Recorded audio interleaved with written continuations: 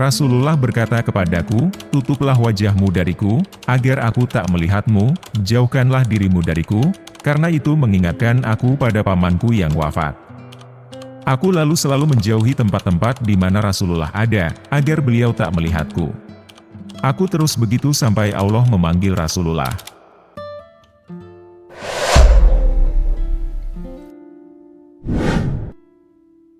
Assalamualaikum warahmatullahi wabarakatuh. Sahabat kalbu yang Allah cintai. Kisah kali ini menceritakan seseorang yang dibenci para sahabat Nabi walaupun sudah masuk Islam. Wahsy bin Harb, seorang mantan budak Jubair bin Mut'im, terkenal karena menghabisi Hamzah bin Abdul Muthalib, paman Nabi Muhammad, di medan perang Uhud. Di akhir hayatnya, Wahsy dijauhi dan dimusuhi oleh umat Islam. Ia menjadi pecandu minuman keras dan dihukum 2 kali karena pelanggaran itu. Namanya pun dicoret dari daftar pasukan. Syafiur Rahman Al-Mubarakfuri dalam Sirah Nabawiyah menceritakan bahwa Tuwaimah bin Adi, paman Jubair, gugur dalam perang Badar. Jubair pun berniat untuk membalas kematian pamannya, lalu ia berkata kepada Wahsy, "Engkau akan merdeka jika berhasil menghabisi Hamzah, paman Muhammad, sebagai balasan atas pamanku yang terbunuh." Mereka lalu membawa Wahsy untuk bertemu dengan Hindun binti Utbah, istri Abu Sufyan, yang akan melatih, mendidik, dan menghasutnya secara mental. Khalid Muhammad Khalid dalam bukunya, Karakteristik Peri Hidup 60 Sahabat Rasulullah, mengungkapkan bahwa Hindun sangat dendam kepada Hamzah, karena ia mendengar bahwa ayah, Utbah bin Rabi'ah, paman, Syaibah bin Rabi'ah, saudara, Al-Walid bin Utbah, dan putranya, yang tidak disebutkan namanya, telah tewas di tangan Hamzah dalam perang Badar. Karena itu, tidak mengherankan jika Hindun membenci Hamzah habis-habisan, dan ia adalah orang Quraisy yang paling gigih dan keras dalam menghasut orang-orang untuk berperang. Tujuannya hanyalah untuk membunuh Hamzah dengan segala cara dan biaya. Awalnya, Hindun menyuruh Wahsy untuk menghabisi salah satu dari 3 orang ini, Rasulullah, Hamzah, atau Ali bin Abi Thalib.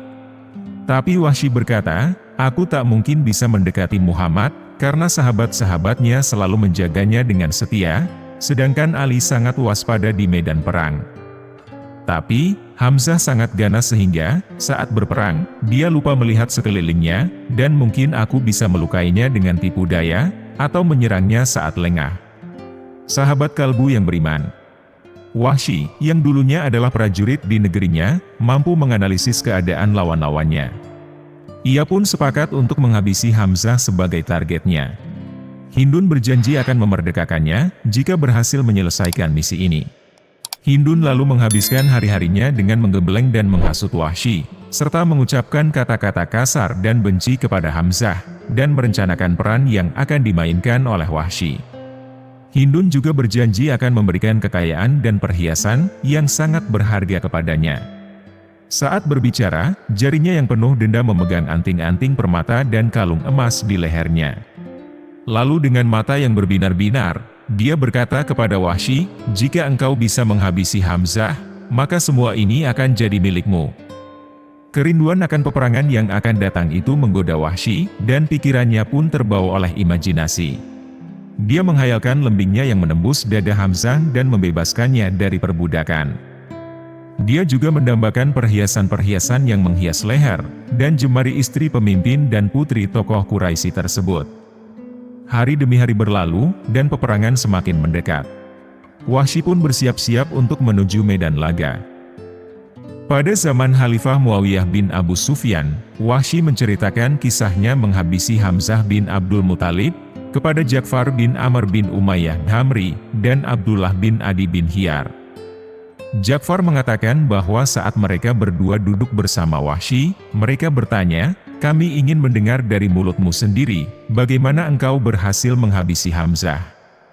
Dia menjawab dengan mengatakan, "Kisah ini sudah pernah kuceritakan kepada Rasulullah, ketika beliau menanyai aku tentang hal itu.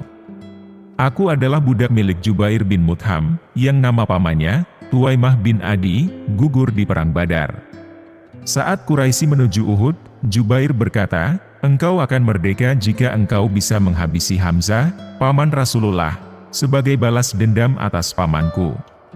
Aku orang Ethiopia yang ahli melempar lembing dengan akurasi tinggi, seperti orang-orang Ethiopia yang terkenal mahir bermain lembing.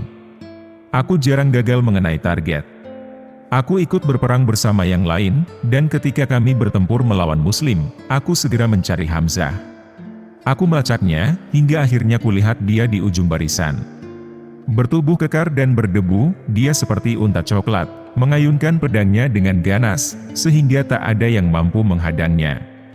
Demi Allah, aku siap menghadapinya dan bersembunyi di balik pohon atau batu, hingga dia mendekatiku. Tapi, Sibah bin Abdul Uzza lebih dulu menyerangnya. Saat Hamzah melihat Sibah, dia berseru, "Datanglah kepadaku, wahai anak wanita tukang sunat." Hamzah lalu membelah Sibah dengan kuat hingga ia tewas. Aku mengayun-ayunkan lembingku untuk bersiap-siap, hingga yakin akan mengenai target dan lalu melemparkannya. Lembing itu menancap di bawah pusarnya, dan tembus hingga keluar dari pangkal pahanya. Dia berusaha mendekatiku, tapi pingsan. Aku biarkan dia begitu hingga wafat. Aku kembali ke mayat Hamzah, mengambil lembingku, dan pulang ke perkemahan. Aku duduk di situ karena tak ada lagi yang harus kulakukan. Aku pulang ke Makkah dan merdeka. Aku tinggal di sana sampai Rasulullah menguasai Makkah, lalu aku kabur ke Taif. Aku hidup di sana sampai utusan Taif datang ke Rasulullah untuk masuk Islam. Aku merasa tak punya pilihan dan aku berpikir, haruskah aku pergi ke Syam, ke Yaman, atau kemana? Demi Allah, aku masih bingung dengan pemikiran itu, ketika seseorang berkata kepadaku, "Engkau sangat bodoh. Engkau belum tahukah bahwa Muhammad tak pernah menghabisi orang yang masuk Islam, dan mengucap syahadat?" Aku lalu berangkat hingga aku bertemu Rasulullah di Madinah. Rasulullah tak mengetahui kedatanganku dan tak ada yang memberitahu beliau tentang diriku, saat aku berdiri di depannya dan mengucap syahadat. Saat beliau melihatku, Rasulullah bertanya, "Apakah engkau Wahsy?" "Ya, wahai Rasulullah," jawabku. Beliau lalu berkata kepadaku, "Duduklah dan ceritakan kepadaku, bagaimana engkau menghabisi Hamzah." Aku lalu menceritakan hal itu kepada Rasulullah, seperti yang kuceritakan kepada kalian. Setelah kisahku selesai, Rasulullah berkata kepadaku, "Tutuplah wajahmu dariku, agar aku tak melihatmu, jauhkanlah dirimu dariku, karena itu mengingatkan aku pada pamanku yang wafat." Aku lalu selalu menjauhi tempat-tempat di mana Rasulullah ada, agar beliau tak melihatku. Aku terus begitu sampai Allah memanggil Rasulullah. Sahabat kalbu yang beriman, Wahsy melanjutkan ceritanya, ketika ia ikut berperang bersama kaum muslimin. Aku ikut berbaris bersama Muslim, untuk melawan Musailamah Al-Kazzab, si pembohong besar, dari Yamamah. Aku bawa lembing yang sama, yang kugunakan untuk menghabisi Hamzah. Pertempuran pun pecah. Meski tak pernah kenal dia, aku tahu Musailamah yang berdiri dengan pedangnya. Saat aku siap menghabisinya, orang Ansar juga siap dari sisi lain. Aku ayun-ayunkan lembingku untuk bersiap-siap, hingga yakin akan mengenai target, dan kulemparkan. Lembingku menancap di tubuhnya, orang Ansar itu menyerangnya dan menebasnya dengan pedangnya. Hanya Rab Emiu yang tahu, siapa yang menghabisi dia. Kalau aku yang menghabisi dia, berarti aku menghabisi manusia terbaik setelah Rasulullah, yaitu Hamzah, dan manusia terburuk, yaitu Musailamah. Nah sahabat kalbu, dalam Sirah Ibn Hisham, yang dikutip oleh Ja'far Subhani, dalam Ar-Risalah, sejarah kehidupan Rasulullah Shallallahu Alaihi Wasallam, menceritakan nasib Wahsy di akhir hayatnya. Dia berkata, "Wahsy adalah burung gagak hitam yang dibenci oleh umat Islam, dia menjadi pecandu alkohol, dan dihukum 2 kali karena minum-minum. Dia dicoret dari daftar prajurit." Umar bin Khattab selalu berkata, pembunuh Hamzah tidak layak mendapat pengampunan, di dunia dan akhirat. Sejarawan Islam lainnya, Al-Waqidi, juga mengkonfirmasi kecanduan Wahsy terhadap alkohol. Dia menyampaikan kesaksian dari Ubaidillah bin Adi bin Hiyar, yang bertemu dengan Wahsy, dan meminta dia menceritakan cara dia menghabisi Hamzah. Ubaidillah bin Adi bin Hiyar meriwayatkan, di zaman kekhalifahan ketiga Utsman bin Affan, kami berperang di Suriah. Dan kami melewati kota Hims. Kami mampir dan menanyakan keberadaan Wahsy, pembunuh Hamzah, dan orang mengatakan, kamu tidak akan dapat menyangka. Dia setiap hari minum minuman keras sampai pagi. Dan itulah kisah dari orang yang paling dibenci sahabat Nabi walaupun sudah mualaf. Semoga kita bisa mengambil hikmahnya dan bisa meningkatkan keimanan kita. Wallahu a'lam bishawab.